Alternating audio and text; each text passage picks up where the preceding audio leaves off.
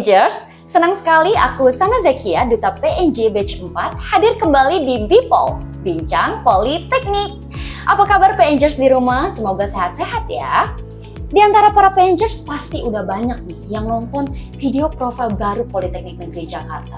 Pasti pada tanya-tanya, kok bisa sih sekeren itu, seepik itu, siapa sih di balik video profil PNJ? Iya, di balik video profil PNJ ada sutradara handal yang udah punya banyak karya-karya berupa company profile perusahaan kampus yang super keren, yaitu Mas Putra Ausa. Dan kali ini kita kedatangan Mas Putra nih. Yuk kita tanya-tanya langsung sama beliau terkait proses pembuatan video profile PNJ terbaru. Halo Mas, bagaimana kabarnya? Halo, baik. Udah lama banget nih nggak ketemu. Akhirnya ketemu lagi di sini buat apa? Buat nostalgia mengenai proses syuting bareng tim Humas. Nah, mungkin PNJers udah mau kenalan dulu nih sama narasumber kita. Boleh Mas perkenalkan diri? Oke, halo PNJers, perkenalkan saya Putra Ausa. Saya seorang content creator plus, seperti saya bilang tadi, saya juga seorang profesional dalam dunia videografi. Biasa buat periklanan dan juga kompro. Dan kebetulan, alhamdulillah, PNJ mempercayai saya buat kompro yang mungkin sudah kalian tonton. Gitu. Oke, langsung aja nih. Ceritain dong gimana sih awalnya akhirnya kayak decide gitu loh buat bekerja sama bareng PNJ dalam pembuatan video profile ini. Komunikasinya bagaimana nih? Iya, komunikasinya dari awal kayak gimana melihat PNJ. Ini pertama ngubungin itu kalau nggak salah Mbak Aya ya. Mbak Aya yang ngubungin pengen buat kompro. Kalau nggak salah sih sebenarnya ngubungin itu sudah tahun 2000, setahun sebelumnya. Oh, wow. Setahun sebelumnya, cuman akhirnya kita lakukan itu di akhir tahun kemarin ya. Akhir tahun kemarin waktunya itu nggak banyak.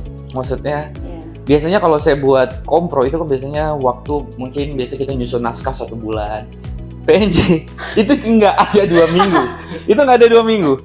Jadi memang dikejar waktu, tapi jadi satu tantangan sih. Buat saya tantangan banget ya pada saat, Mas Putra bisa nggak, waktu kita mepet banget, kita harus kejar target di akhir tahun itu udah harus tayang ya. Waktu itu. Nah waktunya kalau nggak salah cuma 1 bulan. 1 bulan di mana naskah itu harus dibuat tidak sampai 10 hari. Waktunya cuma 10 hari, saya nggak tahu sebenarnya kampus juga pada saat itu baru datang, jadi kita langsung pitching, kita lihat nggak pakai waktu lama. 1 hari saya muter-muter ditemenin ya Sana juga ikut ya. Iya kan, ya kan ya. Kita bareng-bareng waktu itu lihat kampus, dan besoknya itu naskah langsung saya susun. Gitu. Jadi bener-bener kejar tayang banget sih. Seru sih sebenarnya, satu tantangan hal yang baru karena biasanya saya kalau buat story itu minta waktu 1 bulan. Ini nggak ada. Bener-bener di press ya? Press, stres. Tapi alhamdulillah iya, hasilnya. Alhamdulillah, oh my god, come out very good sih. Oh my god, bener satisfying banget sih menonton hasilnya. Betul nggak kan Dias? Iya kan? Kayaknya emang aku juga kan sempat ngobrol sama Mas Putra waktu lagi persiapan clothing. Terus kayak ada juga tuh kalau rasanya kayak, waduh ini mepet banget. Kira udah ekspektasi ke Mas Putra emang besar banget kan. Dan ternyata benernya keren banget hasilnya, bahkan pas baca skripnya juga kan sana juga keren. Kayak ngeliatnya, wah ini beneran 10 hari, itu keren banget. Terus gambarnya juga kan sama Mas Putra kayak, udah kayak gini, oh my god. Sebelumnya nggak kebayang bakal sebagus itu. Dan detail banget pengarahannya. Coba kan. Terus nih, gini Mas, pas pertama kali Mas survei di PNJ nih pertama kali, apa sih yang Mas imajinasikan gitu? Strolling around di sini kayak wah gitu. Ini tuh sebenarnya ya ini kan kampus bisa dibilang cukup lama ya, cukup lama. Yang jadi tantangan buat saya adalah bagaimana membuat dengan mungkin image negeri yang mungkin kalau negeri biasanya kan agak apa ya, kaku lah gitu.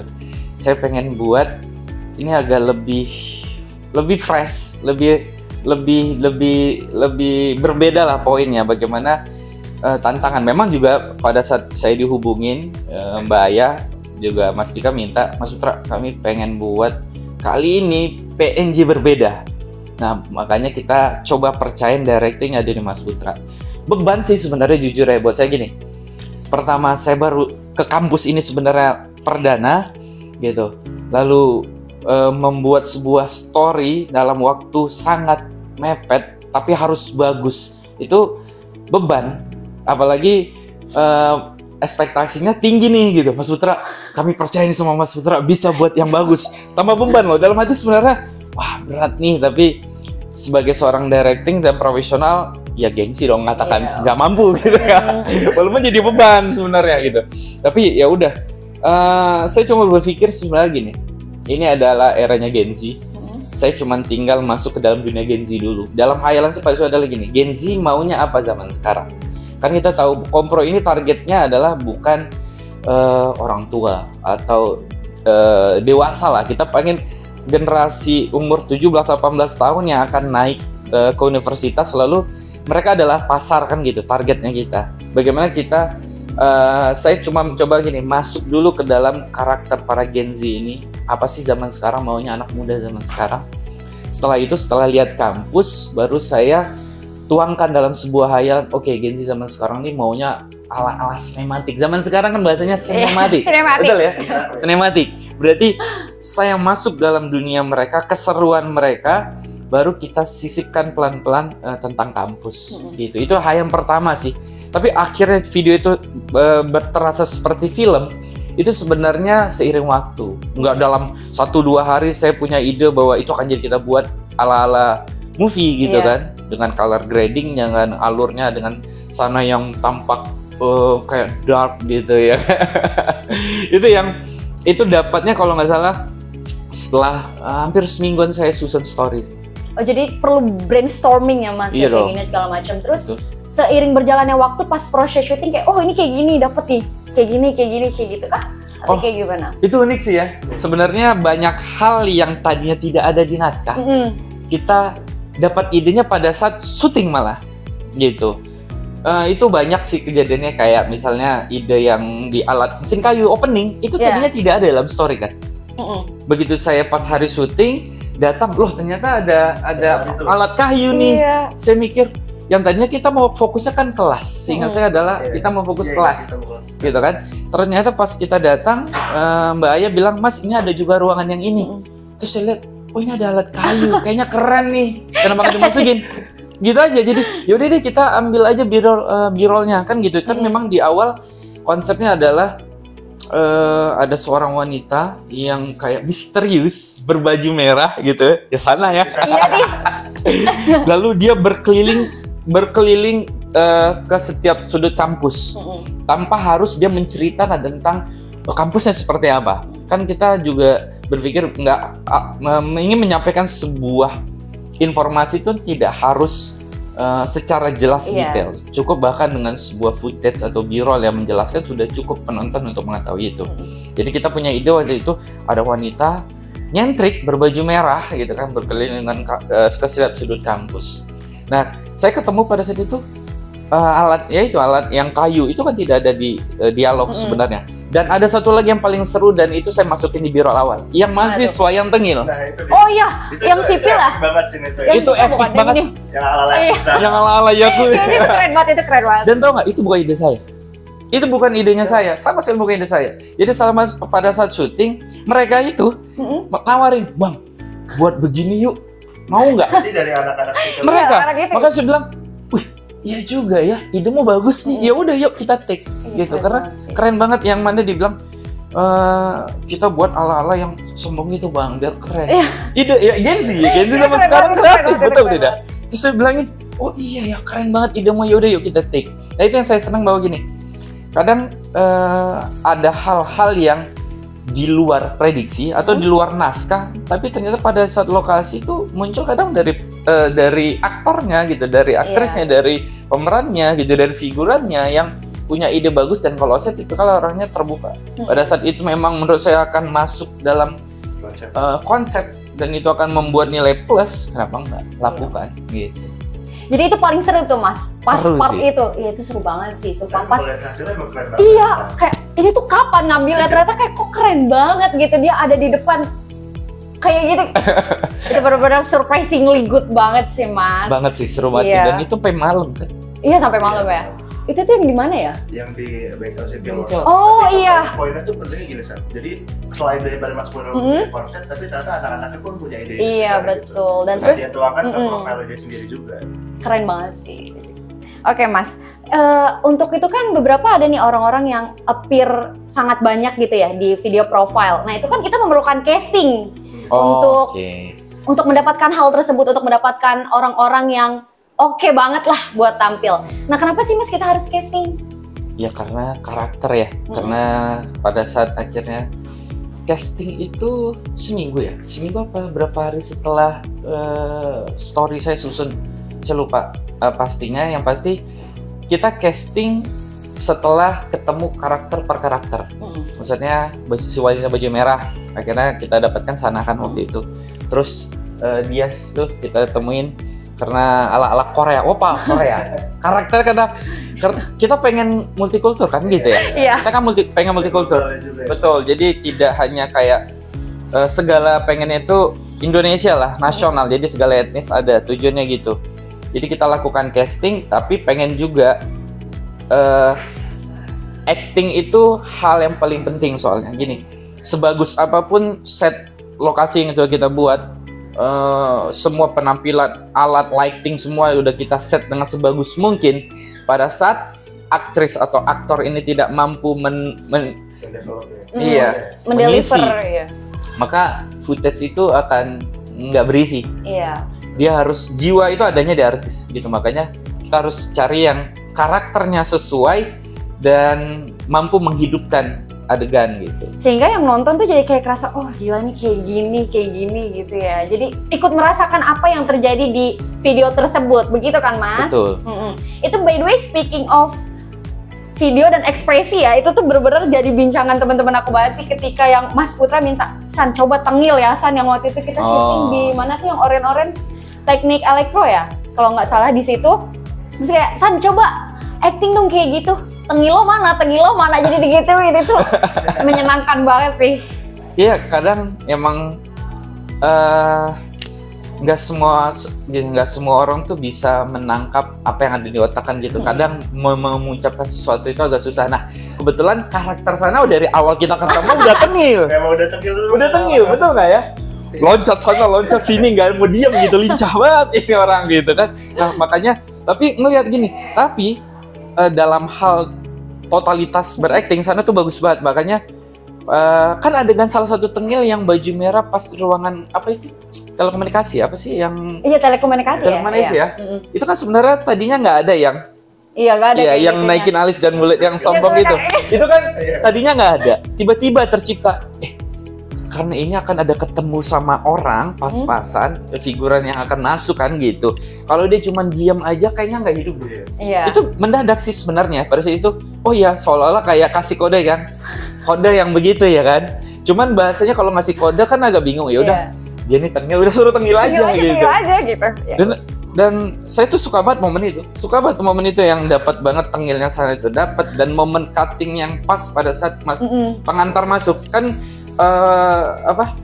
Figuran ini masuk gitu kan, mahasiswa yang masuk ke dalam ruangan, dan kamera akhirnya follow-nya kan dia gitu kan. Nah, untuk momen pengantar tujuannya Sana tengil itu jadi supaya tidak kayak orang nggak kenal kan, saling kenal, lalu follow-nya jadi enak gitu. Jadi scene-nya itu kayak hidup mengalir gitu. Scene 1, scene 2, scene 3 itu kayak terus berjalan poinnya gitu.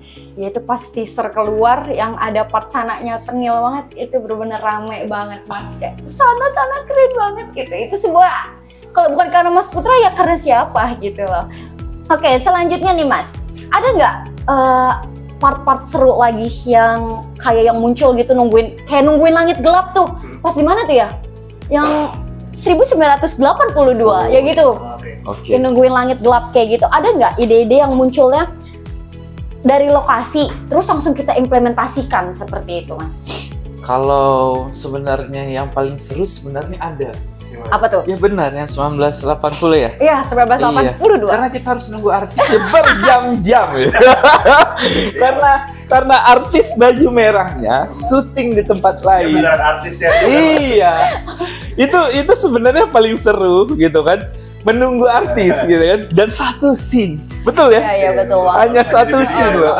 Hanya satu scene. Itu satu scene doang. Tapi kita harus nunggu berapa jam tuh? Kita syuting kalau nggak salah jam 4:30 atau jam 4 tuh udah beres ya? Betul ya? Kita jam 8 baru mulai. Tapi Sananya di mana? Nggak ada. Ditelepon, Mas lagi syuting, sabar ya, lagi syuting, masih ini. Oh aduh ya udah. Tapi kita paham karena memang ya saya tuh kebayang kalau syuting di lokasi satu lagi pasti nggak akan semudah itu juga gitu kan. Apalagi itu TV sih kan ya. Ribet, ya udah kita sabar. Sebenarnya kita tunggu satu scene dan saya yakin gini, ini nih nggak akan lama karena sana cepet, apalagi dialognya itu nggak ribet, cuma 19.50 kan gitu ya. Gitu. Tapi yang saya suka sebenarnya ada bagusnya sana telat. Saya punya waktu cukup panjang setup. Oh ya. Iya, betul. Jujurnya tadinya itu kan darknya dapet, tapi kita bisa bermain set lighting dapet ya. Yang ada kaca yang kita kasih biru.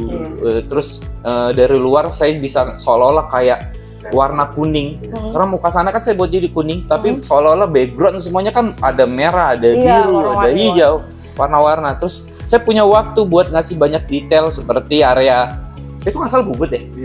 Area lampu-lampu bubut itu sebenarnya ada beberapa poin yang saya kasih cahaya untuk menonjolkan karena dari sisi sana.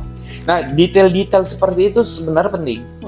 Gitu. Karena waktunya cukup panjang. Jadi saya bisa sangat detail untuk mikirin mesin bubut 1, bubut 2, bubut 3 itu kita set sebenarnya mana yang hidup, mana yang mati, gitu kan. Terus lampu yang di atas itu kan sebenarnya banyak. Kita bisa punya waktu buat sebagian kita matiin tuh, sebagian kita hidupkan sebenarnya, sebagian mati, sebagian hidup. Lalu warna merah yang ke langit gitu, di mana setupnya. Syukur telat itu adalah scene itu. Bagi saya pribadi itu puas sekali. Saya puas sekali dengan setup cahaya di sana. Perfect bagi saya gitu. Untuk keluar angka 1980-nya semakin jadi dapat. Karena banyak yang komen sama saya, itu sebuah kejutan. Yang 1982 tiba-tiba itu? Pindah ruangannya, katanya ngepas. Iya kan? Itu sebetulnya PR banget sih, karena aku tuh harus muter gitu kan. Terus kayak sering jatuh gitu, tapi itu seru banget. Karena high heels ya. Iya, bagus banget. Itu sih, oke. Selain seru nih Mas, scene-scene yang kita hadapi seru, ada gak scene yang kayak jadi main fokus Mas buat, ini scene harus oke banget gitu? Yang jadi, Mas jadi terfokus gitu buat melakukan scene ini, kayak gitu, ada gak? Kalau kita paling fokus sebenarnya paling justru di B-roll, ya yang pergerakan semua sana. Itu kalau kita perhatiin kan sebenarnya begini, video itu yang membuat orang menonton gitu ya, menonton sampai selesai justru adalah konsep nuansa kita film look lah nyebutnya, atau bahasa zaman sekarang sinematik atau film look, yang mana yang awal ada di otak saya ingat banget kan saya ingat banget pertanyaan Mbak Ayah begini, Mas Putra ini syuting sudah berapa hari dan saya tidak tahu Mas Putra ini mau buat apa. Betul ya? Mbak Ayah mana nih? Mbak Ayah terus saya sampai ketawa gitu. Karena saya nggak ngerti Mas Putra ambil ini, ambil itu kok kayak nggak konsep gitu. Kok tujuannya apa ini diambil semua kok sampai sedetail ini, sampai sudut lapangan basket harus begini, harus begitu. Maksudnya kok Mas Putra ini ribet banget gitu. Kan gitu ya, berarti kan? Iya, terus juga kita merasa kayak kok Mas Putra ini nggak capek-capek ya. Kayak yang paling beban karena gini, saya tahu bahwa sebuah zaman sekarang tuh bahasa lainnya kan hook. Iya. Mana 3 detik pertama itu harus penting sekali. Jadi bagaimana musik dari awal tuh sebenarnya udah ada di otak saya, bagaimana musik ini harus dark, musik ini harus dramatik kayak misterius. Tapi karena ini kampus, nggak boleh juga terlalu kayak horor. Jadi tetap harus ada misterius tapi elegan. Gitu kan gitu. Itu yang harus saya pikir, berarti kita ambil satu wanita yang terus berjalan. Poin yang paling berat justru B-roll. Yang mungkin penonton nontonnya sesingkat itu. Tapi yang menjadi beban saya adalah itu. Karena bagi saya yang ke belakangnya jujurnya mudah dalam artian saya sudah terbayang susunan scene per scene berikutnya ini. Bagaimana kayak ruangan yang air, terus pindah ke ruangan yang lain. Itu bagi saya sudah mengalir. Karena saya tahu itu begitu hook ini semua perfect, orang nggak akan skip video ini. Jadi poinnya justru yang bagi beban saya adalah justru adegan sana. Yang kaki sana ingat nggak di take 2 kali? Iya. Padahal cuma ambil kaki loh. Betul. Lihat kan, kayak orang juga banyak sebenarnya apa sih pentingnya? Gitu kan gitu. Tapi kan setelah nonton paham. Iya. Adegan itu adalah seorang wanita misterius dulu, lalu kakinya diambil menuju alat berat. Dari alat berat kan kita transisikan dulu jauh dulu sana yang dari sisi drone atas, ya kan?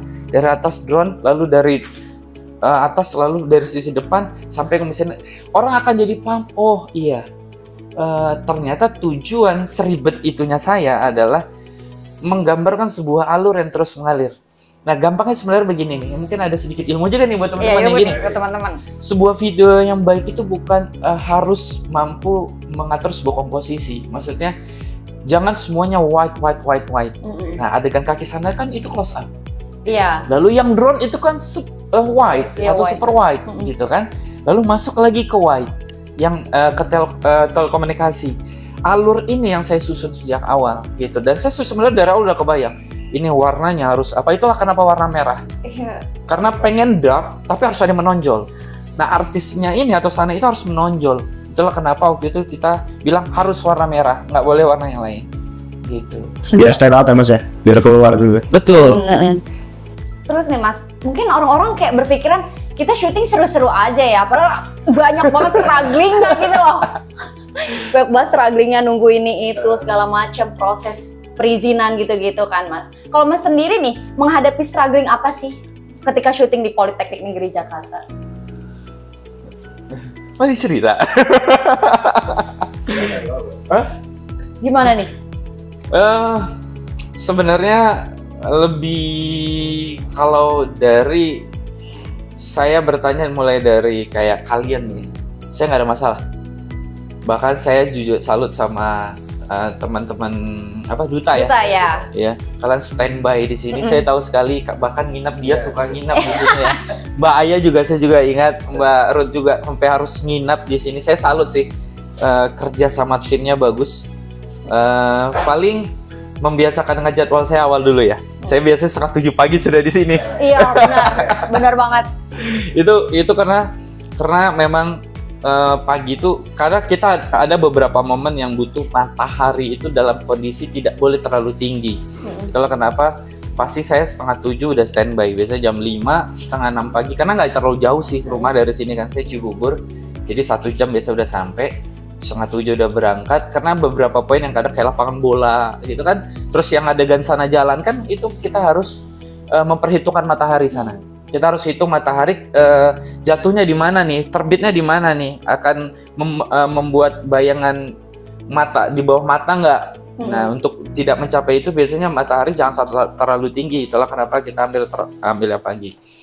Paling kalau ribetnya ya soal perizinan gitu-gitu ya kan, ruangan-ruangan gitu kan, ruangan-ruangan yang perpindahan dari ruangan satu prodi ya. Prodi 1 ke prodi berikutnya kan ada perizinan gitu yang akhirnya buang waktu itu biasanya nunggu perizinan dulu saya baru bisa set up lighting karena saya tipikal lighting itu penting ya, memang dalam dunia videografi ya lighting itu salah satu hal yang penting, nggak mungkin syuting tanpa lighting tuh nggak mungkin.